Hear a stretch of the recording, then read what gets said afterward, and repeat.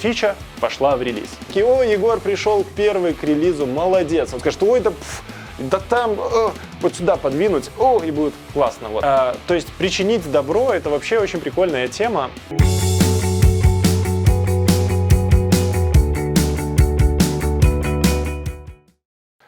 Всем привет! Сегодня поговорим про работу в команде и то, насколько полезно быть командным разработчиком и вообще, что такое командная разработка. Это мы друзья тут, братаны, мы вместе что-то делаем, либо мы коллектив, который совместными усилиями зарабатывает деньги на всех.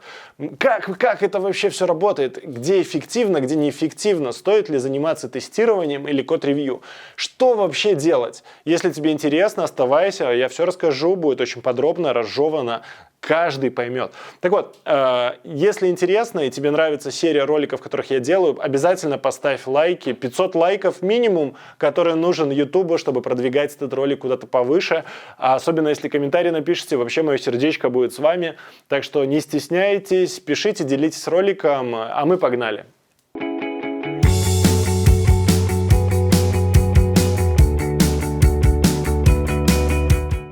Так вот, что такое работа в команде?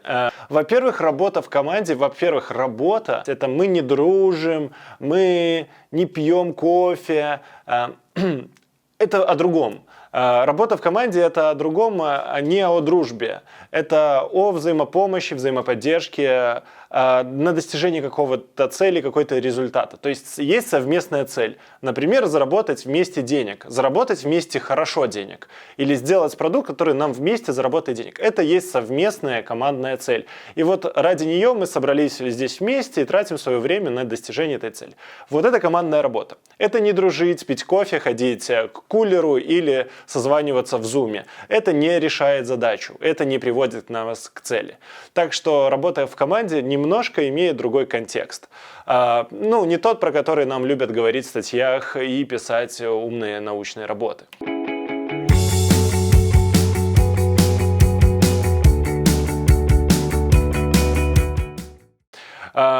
Как сделать хорошо, когда работаешь в команде? То есть причинить добро — это вообще очень прикольная тема. Но давайте вот представим, что мы в IT-компании. IT-компании всегда достигают чего? Релиза. То есть мы делаем какой-то продукт или какую-то фичу, и самое главное наше достижение совместное всех усилий — эта фича пошла в релиз. Мы ее отправили кому-то посмотреть, нашим пользователям. Так вот, если я в команде, и я самый крутой, я хочу всем показать, доказать, и чтобы все мной гордились, как папа с мамой. Так вот, я начинаю стараться прийти к релизу, дотолкать свою фичу, свой объем работы как можно быстрее в релиз. Это приводит к тому, что зачастую я по дороге могу очень много всего наделать. Например, накидать каких-то камней, наделать каких-то багов или где-то что-то срезать углы. Так вот, вроде бы я к релизу со своими задачами, фичами успел. Вроде бы все здорово с моей точки зрения. Но есть еще другие люди в коллективе, моя команда, которые движутся либо за мной, потому что их скорость разработки и работы медленнее, либо впереди меня. И они мне мешают достичь моего результата, и это очень плохо. Но командная работа — это не единичные забеги. То есть, например, если бы мы бегали дистанцию, какое-нибудь соревнование, как Олимпийские игры, где все бегут, каждый по своей дорожке, то, возможно, это бы имело место быть. Мы накидали говна, это говно замедлило всех людей, которые идут за нами.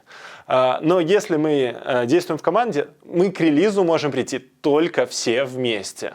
То есть нет какого-то момента, когда к релизу придет только Егор, а все остальные тестировщики, ребята и остальной коллектив где-то будет сзади тянуться, такие: о, Егор пришел первый к релизу, молодец, он дотолкал все свои задачи, все свои фичи в релиз, он такой красавчик, а мы такие убогие ничего не смогли сделать.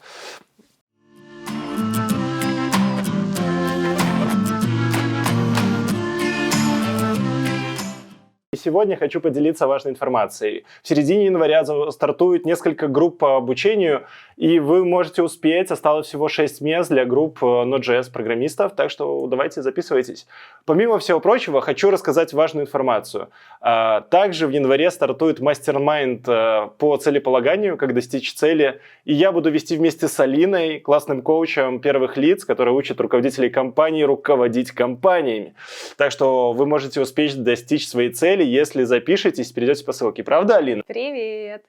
Я коуч первых лиц. С Егором мы решили запустить мастер-майнд, группу, где люди будут достигать своих целей. Причем именно в карьере, в бизнесе. Я еще тренирую мозг для того, чтобы быть таким бодрым, эффективным и продуктивным. Это будет полезно тем людям, которые сейчас находятся в стрессе, либо перенесли ковид, либо есть какие-то определенные препятствия для достижения целей.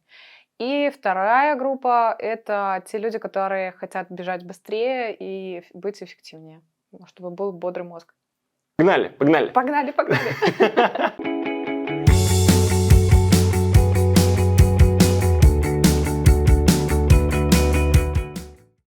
Командная игра — это зачастую в наших головах айтишных звучит как: но если мы в команде, мы должны тестировать, мы должны свой код максимально качественно писать, работать над ним. Качество кода же это так важно, говорили они. Но давайте посмотрим, ради чего пользователь приходит на этот сайт, ради чего мы делаем эти релизы. Во-первых, пользователь тоже приходит на наш сайт, чтобы сделать какую-то свою работу, чтобы в конечном итоге заработать деньги. Наш сайт обслуживает пользовательские процессы или бизнесы, которые приносят денег. Вот. Поэтому есть какое-то важное KPI, связанное с тем, KPI — это метрики, которые позволяют оценить, насколько эффективно работает та или иная фича. Так вот, важное KPI наше то, которое позволяет нашим пользователям зарабатывать деньги или нам зарабатывать на этих пользователях деньги. Вот это самое важное KPI. Его, конечно, нужно тестировать, о нем надо заботиться, чтобы оно не падало. Вот. Но есть куча всего, что развлекает пользователя, которые мы добавили какие-то кнопочки, какие-то всплывушки, пускай они там на 5 пикселей или на 10, куда-то не там, находятся в зависимости от того, как нарисовал дизайнер или написал бизнес-аналитик. Так вот, эти штуки были для того, чтобы развлекать пользователя. Они не приносят нам денег в компанию напрямую, их тестировать не обязательно. Я еще недавно видел такую штуку, я думал, она умерла, называется JSDoc. Это когда вы пишете 2 звездочки и пишете там комментарием, а зачем эта функция внутри кода. Зачастую это говорит только об одном, что кто-то написал говнокод, не знает, как он работает, и пишет JSDoc, чтобы пояснить, это говнокод, я не знаю, как он работает, вот поэтому я пишу большой комментарий, потому что я не придумал название функции, которая бы описывала саму функцию. Вот. JSDoc символизирует о том, что вы пишете говнокод в современном мире. Потому что современный мир JavaScript, например, это TypeScript. TypeScript позволяет нам решить 2 задачи. Он говорит, какие параметры мы передаем в функцию и какие параметры возвращаются из функции. Почему это важно? Это позволяет нам, когда мы пишем код, понимать, а что функции надо передать и что она вернет. Это позволяет нам меньше ошибаться, меньше тестировать в конечном итоге. То есть, если код хорошо покрыт TypeScript и коду можно доверять, то его не надо тестировать.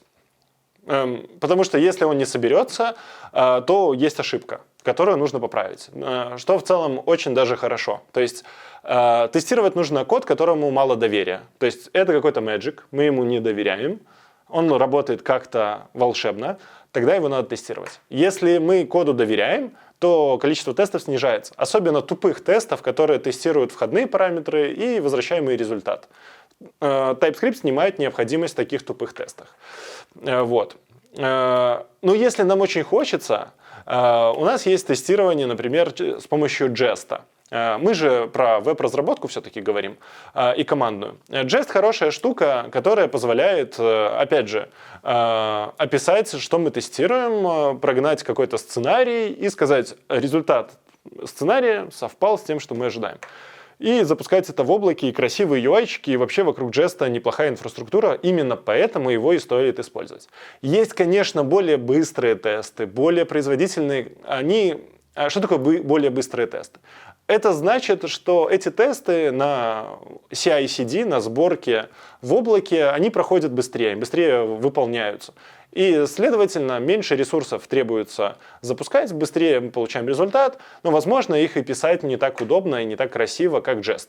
И возможно, инфраструктура не такая добрая, как у Jest. То есть скорость написания тестов в нашем случае важнее, чем скорость их исполнения. Но когда у нас проект уже настолько большой, что нам важна скорость исполнения, именно тогда и стоит использовать другие штуки. Понимаете? Не стоит оптимизировать заранее.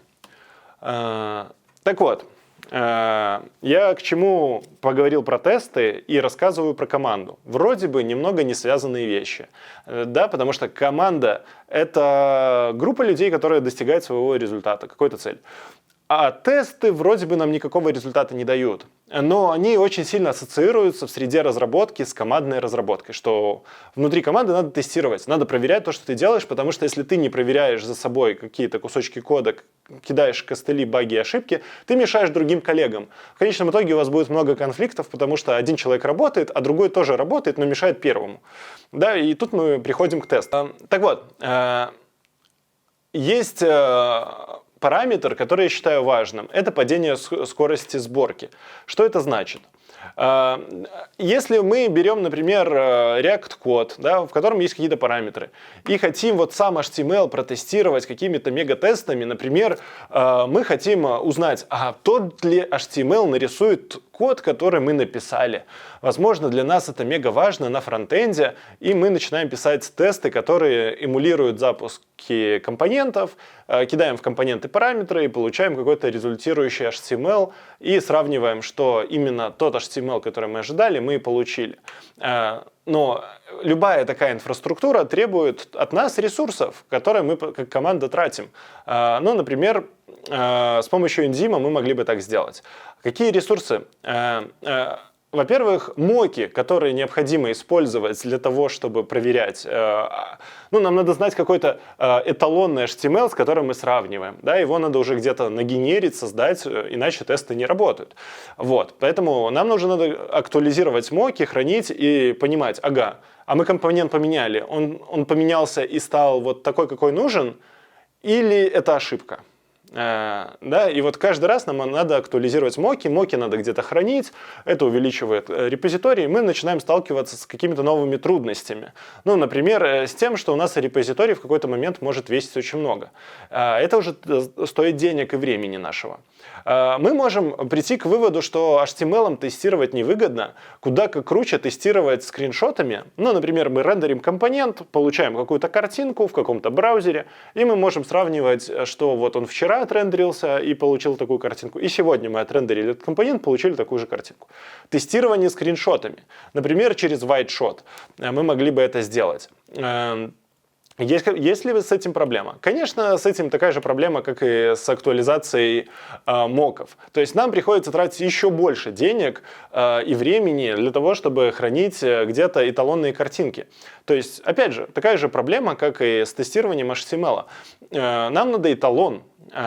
И если с картинками, с HTML более-менее понятно, мы можем удалить какие-то эталоны, перегенерить заново, то с картинки весят килобайты, мегабайты, в зависимости от того, насколько они оптимизированы.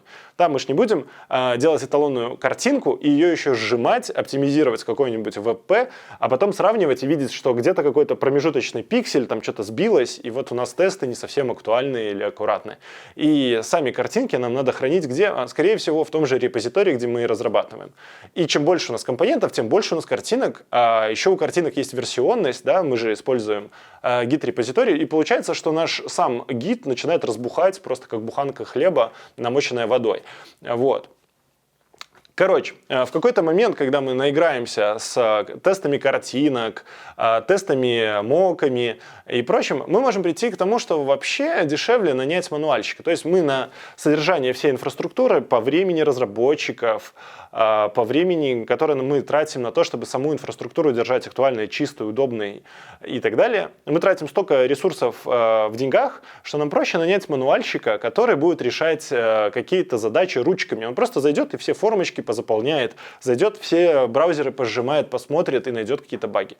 Просто живого человека, возможно, дешевле нанять. Насколько сложно тестировать живым человеком?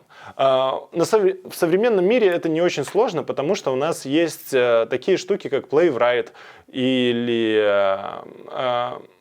штуки для автоматизированного тестирования. Мы в любом случае можем зарекордить в headless браузер скрипт, который покажет, как пользователь ходит и выполняет тот или иной сценарий.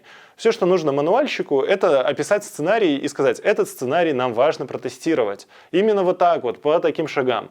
А дальше можно зарекордить сам сценарий и автоматически его запускать. То есть любой мануальщик может стать автоматизатором за неделю. Любой. Но многие не хотят, потому что они думают, что надо что-то писать на Python или Java. В современном мире нет. Используйте Playwright для решения ваших внутрикомандных каких-то проблем. Просто записывайте грязный скрипт, не разносите по компонентам, это все не нужно. Просто записывайте грязный скрипт и какие-то блоки дублируйте, например, авторизации, подкладывание там каких-то токенов, и для того, чтобы были там в разных ролях, и все, и просто тестируйте прямыми грязными скриптами. Так же, как бы делал мануальщик ручками. Это экономит триллионы времени, и вы каждый раз можете новый любой сценарий, если он поменялся, поменять просто как дважды два. Не надо писать целое приложение вокруг вашего приложения. Это глупости. Вот. Поэтому сделать из мануальщиков-автоматизаторов недорого. Поэтому нанимайте мануальщиков, потому что они стоят дешевле. Так вот, мы разобрались с тестированием, которое является частью командной разработки, потому что мы поняли, что зачастую, когда мы работаем в команде, одни разработчики могут мешать другим разработчикам, чтобы было меньше конфликтов, мы начинаем что-то тестировать. И зачастую начинаем тестировать отдельными людьми.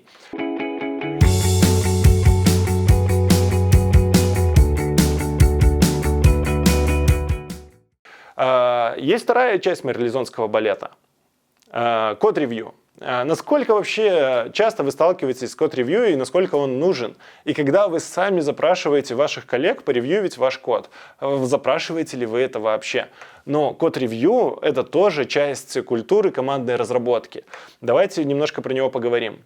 Вообще-то в Microsoft было когда-то исследование на тему того, насколько эффективно код-ревью происходит в Microsoft.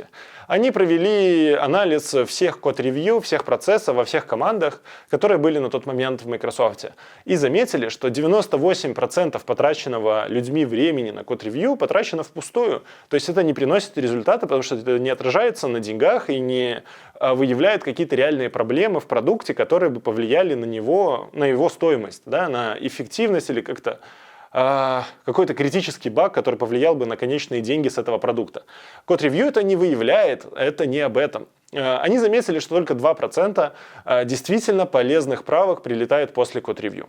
Что это говорит? Microsoft достаточно большой, команд у него много. Это говорит, что код-ревью зачастую это мерение письками между руководителем, который проводит код-ревью, и подчиненным, чей код смотрят. И руководитель показывает, мол, типа, чувак, смотри, какой я крутой. Я знаю больше тебя. И если нету нормальной культуры общения между руководителем и подчиненным, код-ревью зачастую скатывается к тому, что кто-то кому-то чего-то доказывает. Типа, я доказываю тебе, что мой код лучше. Я доказываю тебе, что я знаю лучше. Но это никак не про продукт и не про достижение цели в деньгах. И код-ревью это не школа. Не надо рассматривать код-ревью, что вас поревьювят и вас научат. То есть работа – это не школа. Код-ревью – это про то, чтобы найти критически важные ошибки, которые могут поломать проект и принести убыток компании. Вот только про это. не про то, что мы сейчас будем вас код-ревьювить и научим, как проходить код-ревью, потому что у нас там очень строгий процесс, очень ответственный CTO или там тимлид. Код-ревью — это про то, что мы ищем очень критически важные штуки, которые могут заэффектить наш продукт, могут его обрушить или принести нам убытки. Все. Короче, это все можно обозвать одним словом – доверие. Я доверяю нашим новеньким сотрудникам, которые пришли, что они напишут код, который не поломает нам ничего, что было написано до этого, или нет. Если я не доверяю – код-ревью. Если я доверяю, то мне код-ревью не нужен. Но если я не доверяю сам себе, ну, например, я, Егор, написал там 50 файлов наизменял или там 100 файлов. У меня часто такие коммиты. Вот. Я не считаю, что коммит должен быть 2 строчки. Ну, потому что он меняет? Пиксели на экране. Вот. Ну, коммит, который приносит какую-то пользу, какую-то новую функциональность или чинит старую функциональность, или доносит что-то. Зачастую это иногда объемные штуки. Так вот, я написал какой-то запутанный код, который задел важные для продукта какие-то штуки. И я не знаю, я поломал их или нет, я сомневаюсь. И тогда я могу запросить код-ревью, чтобы на всякий случай обезопасить себя и команду от того, что проект будет разрушен или поломан. И это работает лучше. То есть, если мы все коммитаем без код-ревью, это быстрее, да, намного быстрее. Во-вторых, если я как разработчик сам сомневаюсь в своих способностях не поломать в проекте что-то важное, я запрашиваю код-ревью. И это намного лучше, чем у нас будет обязательное код-ревью для всех. То есть мы экономим кучу денег и времени. Короче, разработка стоит не так дорого, если вы задумаетесь. Вот я одинокий разработчик, я сижу, что-то разрабатываю, это стоит дешево. То есть в нашем мире продуктовых разработок и аутсорсинга работа разработчика стоит не так дорого, как весь остальной процесс. Да, потому что мы на разработчика вешаем тестирование какое-то, юнит-тестирование. То, что я говорил, решается TypeScript, и спасибо ему, что есть TypeScript. Вот. И у нас есть QA-тесты. Это тесты, которые пишут тестировщики и автоматизаторы, и мануальщики. Вот. То есть мы уже на разработку удваиваем стоимость, как только добавляются тестировщики. Потому что им надо сделать еще одну работу, еще, по сути, один продукт поверх нашего продукта, который следит за первым продуктом. То есть им надо в 2 раза больше поработать. Это стоит в 2 раза дольше, и наша стоимость доставки фичи в продакшн уже удвоилась. Да?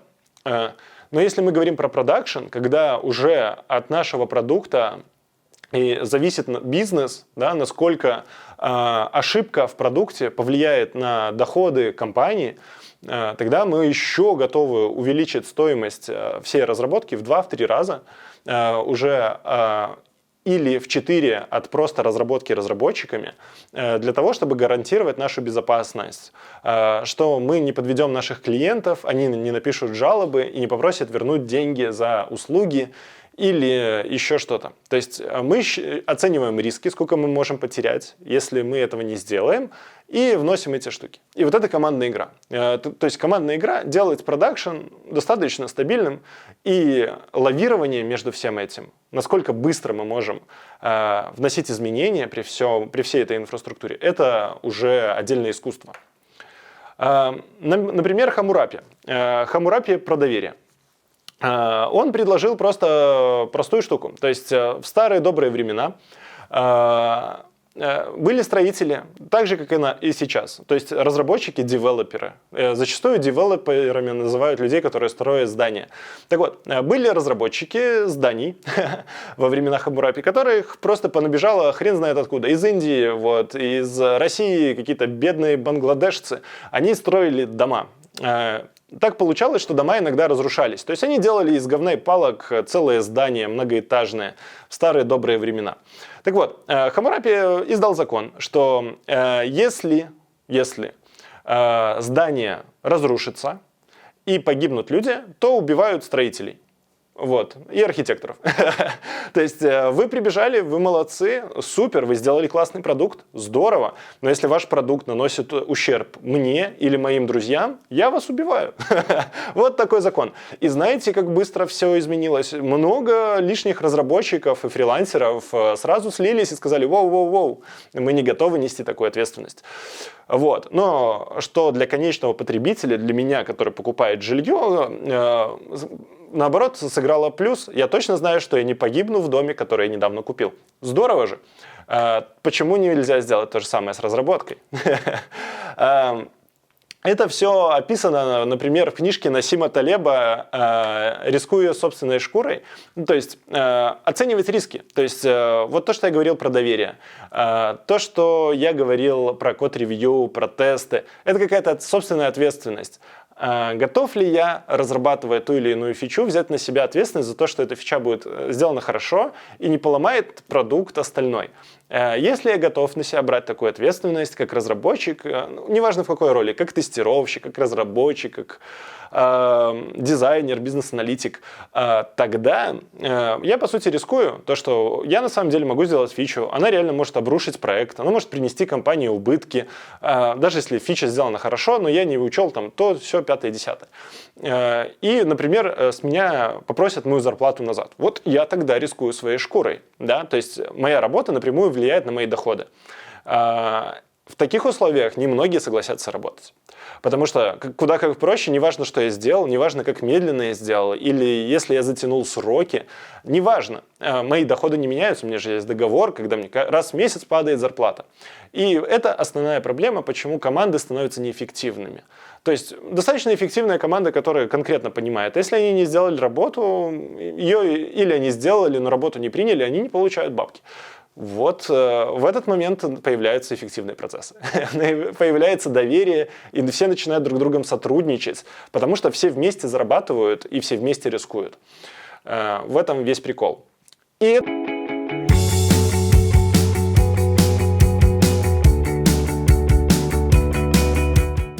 это приводит нас к мысли, а как делать командный продукт быстро. Как делать быстро? Потому что мы знаем, как делать правильно. Все знают, у любого на улице подойдешь, спросишь, как сделать правильно мобильное приложение. Ой, тебе любой, даже дворник, даже бомж расскажет, как делать правильно ВКонтакте, например. Он скажет: ой, да там, вот сюда подвинуть, и будет классно. Вот. Как делать быстро? Вот. Это другой вопрос. Потому что быстро это зачастую эффективно. Во-первых, если мы хотим делать быстро, мы должны использовать максимально простые, популярные технологии. Простые и популярные. Почему простые? Потому что с ними легче разобраться. Они, по крайней мере, понятные. То есть мы не сидим и не играем там: о боже, это современный какой-то мега-супер-пупер фреймворк или какая-то новая инновационная идея. Это проверенная идея. То есть мы точно гарантированно получим тот самый результат. Это примерно как вы ходите в Макдональдс и какой-то супер-пупер ресторан.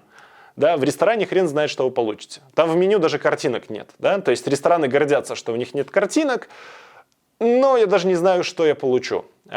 А в Макдональдсе есть все. Я точно знаю, что я получу примерно один и тот же продукт, но, к сожалению, Макдональдс теперь уже по-разному называется. Где-то он вкусная и точка с этим всем, а где-то он по-другому называется, там некоторая Victory. Так вот, когда мы используем простые технологии, мы знаем, какой результат мы получим.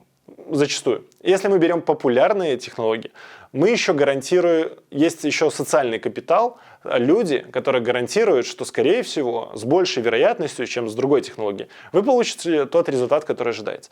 И, скорее всего, большинство проблем, с которыми вы могли бы столкнуться, люди уже столкнулись и решили. И это экономит нам время. Мы не разрабатываем свои собственные фреймворки, свои собственные какие-то невероятные решения. Мы используем простой, понятный продукт и делаем свои технологии. Вот. Это первая часть. Вторая, очень важная часть. Никакого рефакторинга. Ребята, послушайте, вот когда вам в голову приходит, или кто-то у вас в команде бегает и говорит: нужно рефакторить, срочно надо все перерефакторить, надо рефакторить. Убивайте этого человека. Просто вот дайте ему леща по щам и скажите: чувак, остановись, не нужен нам никакой рефакторинг. Рефакторинг ничего не приносит. То есть технически для меня, как для потребителя продукта, я ничего нового не вижу. Для меня, как владельца бизнеса, я ничего нового не получаю. Рефакторинг интересен только разработчикам. То есть мы папочки вот они назывались вот так, а теперь они называются по-другому. Пиксели были вот здесь, а теперь они вот тут. То есть разработчики кайфанули, но поработали все. Тестировщики, продакшн, сборка. Мы вот очень дорого вот взяли и поработали, и не получили никакого нового результата. Это невыгодно. Мы должны идти по инкрементальным изменениям. То есть любой рефакторинг должен сопровождаться какой-то новой кардинальной фичой полезной, либо какой-то благом, которое дает компании прям деньги. Вот прям сразу можно почувствовать, что быстрее.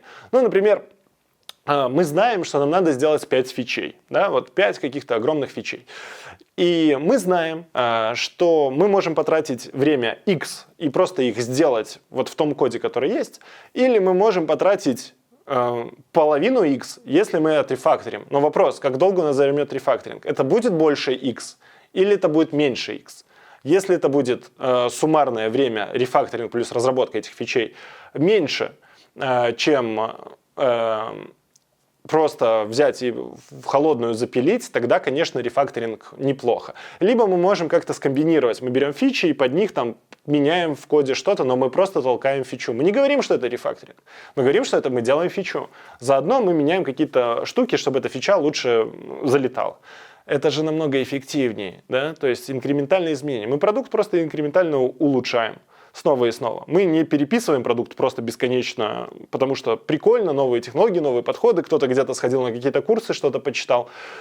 Статью в интернете нашел, где сказали, что так неправильно, как вы на работе делаете. Короче, рефакторинг — это плохо. Мы двигаемся только вперед, потому что только вперед движение продукта дает деньги. Вот. И то, что, например, Маск говорит, вот мне понравилось, и я думаю, что это очень, очень хорошая штука, это ориентироваться на масштаб. То есть, если мы делаем продукт, которым будет пользоваться 5 человек, ну, мы делаем его как попало. Если мы знаем, что нашим продуктом, скорее всего, через год будет пользоваться 1 000 000 человек, то давайте ориентироваться на то, что этим продуктом будет пользоваться 1 000 000 человек. Другие подходы, другие процессы. Какие-то штуки мы не можем идти на компромиссы. Ну, например, мы не можем взять и заиспользовать какое-нибудь там open source решение или купить платную подписку, там, нажатие картинок, или какую-то интеграцию с Гуглом. Потому что на миллионах пользователей чек нам выставит Google такой большой, что нам, возможно, проще было бы немножко там затянуть пояса и сделать какую-то штуку руками с нуля. То есть это, возможно, дешевле. При том, что в open source хватает вещей. Надо понимать, какие параметры важны в масштабах. Чем пользователи будут пользоваться каждый день? Много ли людей одновременно зайдет к нам на сайт? Много ли сервисов, много ли компонентов в нашем продукте? Какая у нас команда будет? То есть, если у нас сейчас 5 человек, через год у нас будет 5 человек, или мы уже будем двигаться в сторону увеличения команды? И в зависимости от этого мы можем изначально, когда мы знаем, куда мы идем, то есть мы знаем, типа, вот мы видим цель, там, через 2-3 года, вот у нас такой масштаб. Мы к этой цели и идем. Мы не идем к какой-то одной цели, потом следующая цель. И мы сразу ставим себе цель, мы сразу понимаем, что мы будем делать масштабно, мы сразу будем понимать, какие у нас люди будут работать, и мы в обратную сторону прикидываем, окей, если мы здесь сейчас делаем вот это приведет нас к этой вот цели или нет, или оно просто потраченное время впустую. То есть ориентироваться на масштаб очень хорошо при планировании и при закладывание архитектуры. В IT, в технологиях самое дорогое, что может быть, это написать не тот продукт. То есть вы сделали продукт, например, под 100 пользователей, а потом вы заметили, что на самом деле у вас не 100 пользователей должно быть, а 10 тысяч. И вы такие, ёпта, и нужен другой продукт. Ну, в реальности, скорее всего, нужен другой продукт. И вот эта вот фокусировка на то, куда вы идете, она дает хороший результат в том, чтобы случайно не сделать не тот продукт. Короче, 4-й шаг – это планирование. То есть мы тут, это тактика, да, то есть как тактика и стратегия. То есть мы идем на масштаб. Нам не надо делать одинаковое количество времени потребуется на разработку маленького продукта и большого продукта для решения таких же задач, но в масштабе. Примерно одинаково. Но также есть принцип Парето, да, помните? А также есть важный этап – это планирование.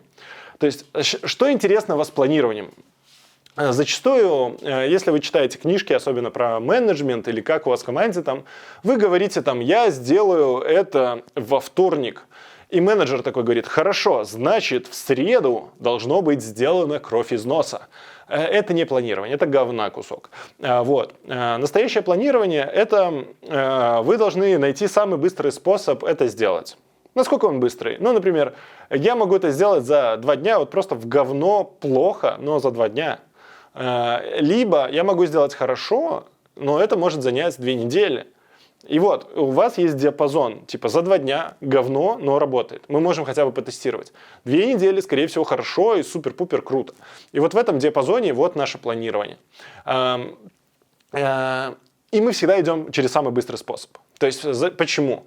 Потому что мы делаем и тестируем. У нас есть время потестировать, посмотреть, как, что, куда. Мы всегда найдем время, если это все хорошо работает, оптимизировать. Всегда. То есть, зачастую говорят, что если вы что-то сделали, то оно там на века. Да? Вы сделали говна, там какой-то костылек, этот костыль там навечно сел. Ну и здорово. Потому что при планировании мы к дедлайнам, которые мы планируем, закладываем там 10-15%. Это оптимально. Когда мы начинаем закладывать x2, x3, x5, это нас балует. Мы знаем, что мы можем в целом расслабиться, мы можем никуда не бежать, мы можем ничего там быстро не делать. И каждый раз, когда мы так делаем, мы просто замедляем нашу скорость разработки и становимся более ленивыми. То есть просто к концу года наше замедление x5, x10, x15 приведет к тому, что мы будем совсем ленивыми жопами. Вот. Такие вот дела. Поэтому планируйте, закладывая минимум бюджет какой-нибудь на ошибки, то есть до 15%. И пытайтесь в этих рамках работать. Это позволит вам держать себя в тонусе. И брать самые простые оптимальные решения и не скатываться. Я сейчас сделаю идеальное на земле решение.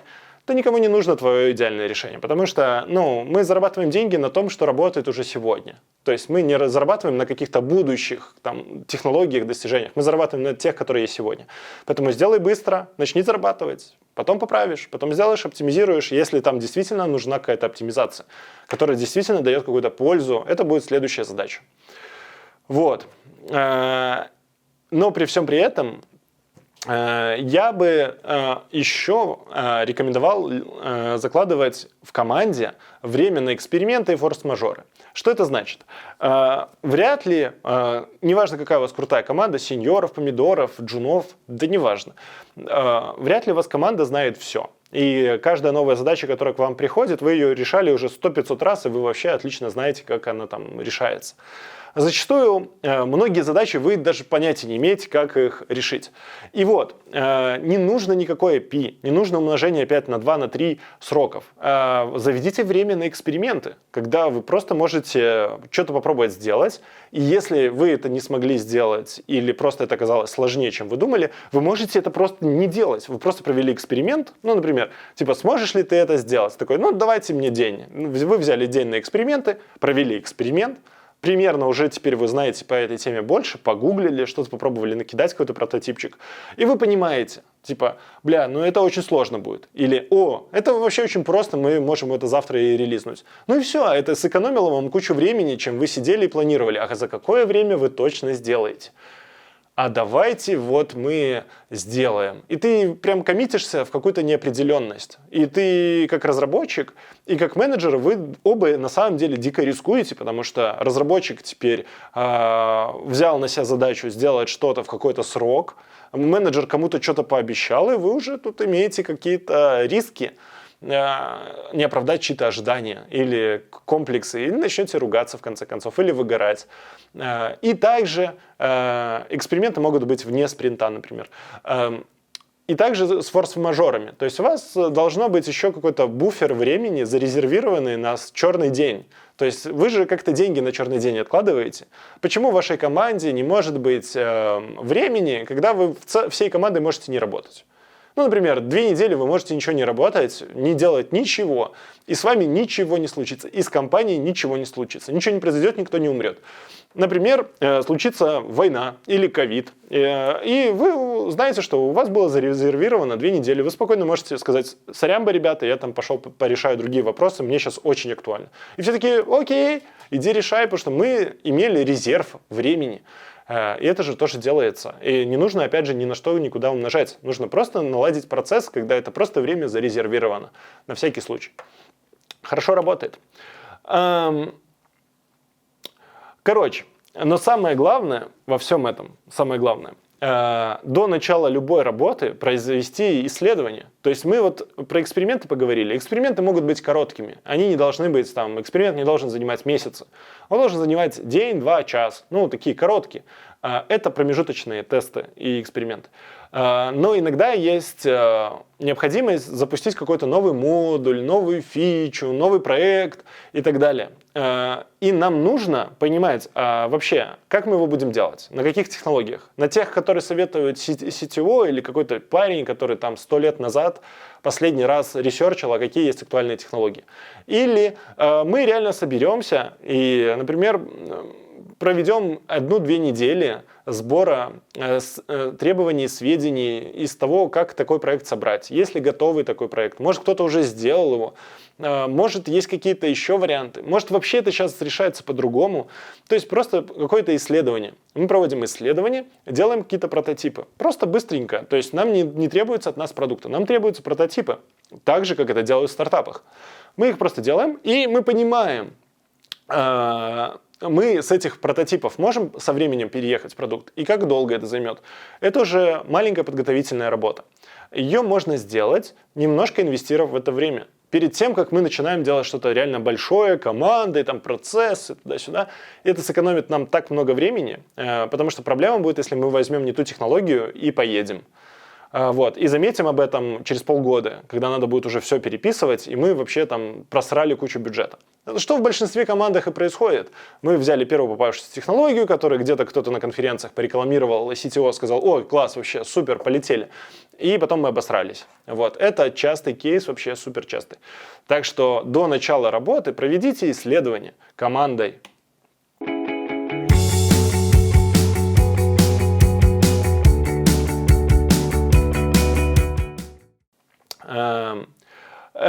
Что я хочу сказать в конце? В конце хотелось бы подвести какой-то итог. Типа сказать: ребята, а куда все идет? К чему мы придем, если мы будем идти? Маркетинговые агентства, как в первом видео я говорил, они на себя берут очень много того, что раньше делали разработчики. Сейчас появляется все больше и больше ноу-код позиций. То есть это позиции, где вам уже не нужно быть разработчиком, достаточно быть человеком, который знает, как там на сайтике, на тильде, там, например, собрать лендинг. Или на гит-курсе собрать сайт с курсами. Или на еще какой-нибудь платформе собрать мобильное приложение. То есть таких сайтов появляется все больше и больше, и есть спрос на людей, которые готовы просто сидеть и собирать продукты вот ручками. Почему это важно? Важно понимать, что с такими продуктами нет смысла конкурировать со стороны разработки. То есть мы, как разработчики, с этими продуктами не сможем конкурировать. Просто ценой. Разработчик, который сможет на формочках собирать там сайтики, будет стоить, например, 3 копейки. А разработчик будет стоить там просто за весь срок работы, когда он сможет отдать продукт со всеми тестированием, с продакшеном, более-менее сопоставимого качества, может по дизайну чуть лучше, потребует колоссально других денег, то есть просто в 10 тысяч раз дороже. Это никому не нужно, и вы не сможете с этим конкурировать. Просто примите как факт. Конечно, можно брать деньги за разработку лендингов друзьям по там, $200-300, но это долго не продлится. Вот, вы можете порадоваться еще год-два или переквалифицироваться и научиться делать то же самое вот на этих сайтах и брать те же самые деньги. Что в целом маркетинговые агентства и делают.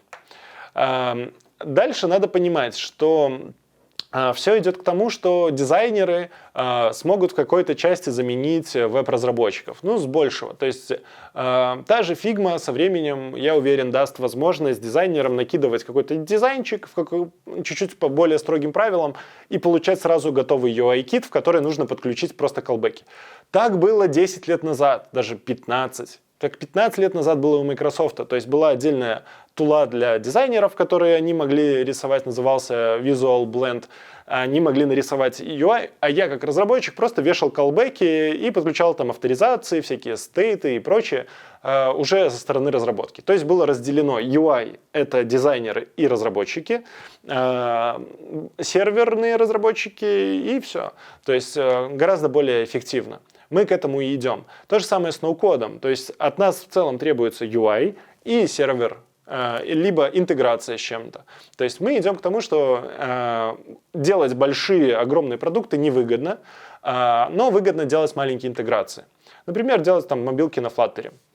Вот.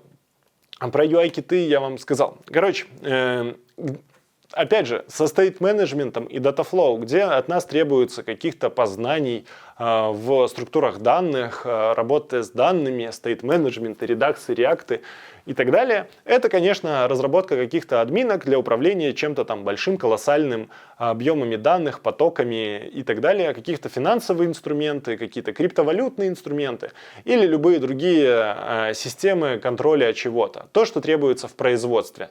Вот. Туда мы и должны идти как разработчики. То есть не надо удивляться, что вы делаете какое-то большое говно, которое вам кажется никому не нужно.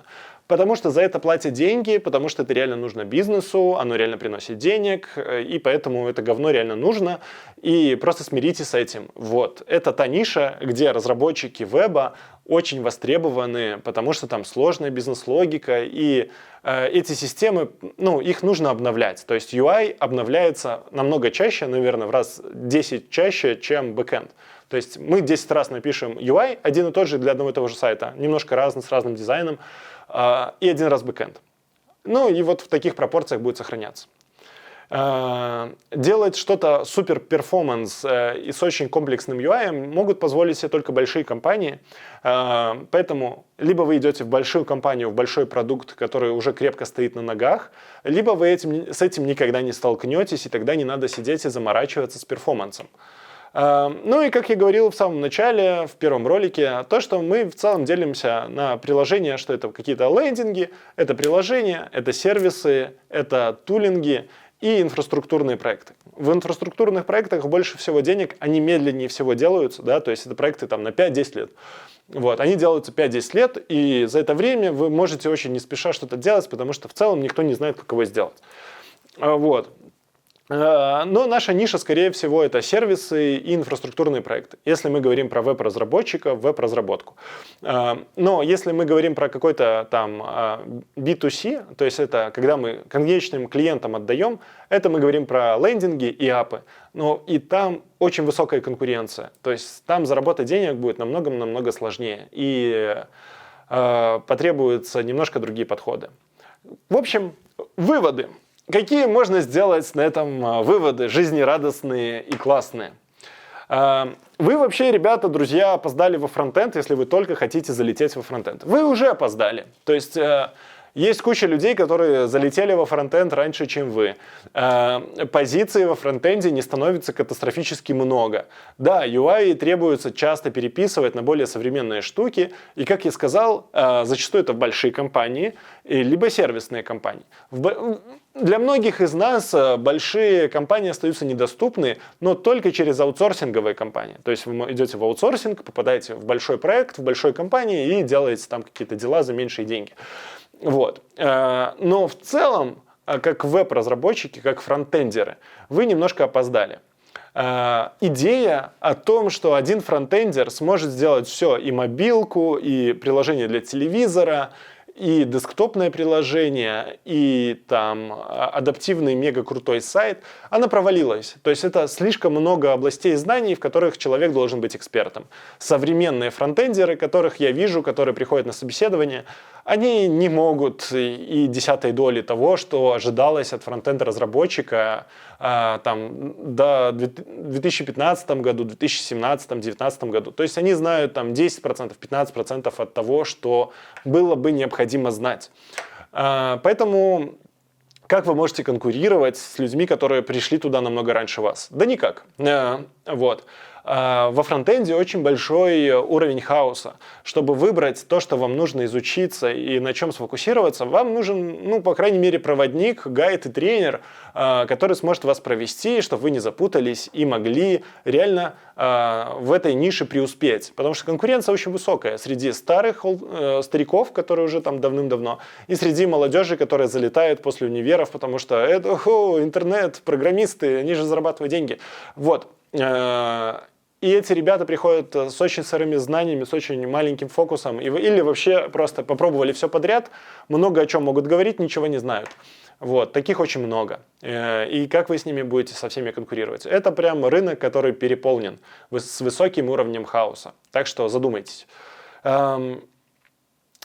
Если вы соберетесь искать работу как фронтенд-разработчик, я рекомендую сразу искать работу в большой продуктовой компании, желательно делающие инфраструктуру или инструменты. Инструменты, на основе которых другие люди будут делать деньги. Это две ниши, которые будут бесконечно развиваться и будут бесконечно требовать разработки и качественной разработки. Вы, как фронтенд-разработчик, здесь сможете прокачаться.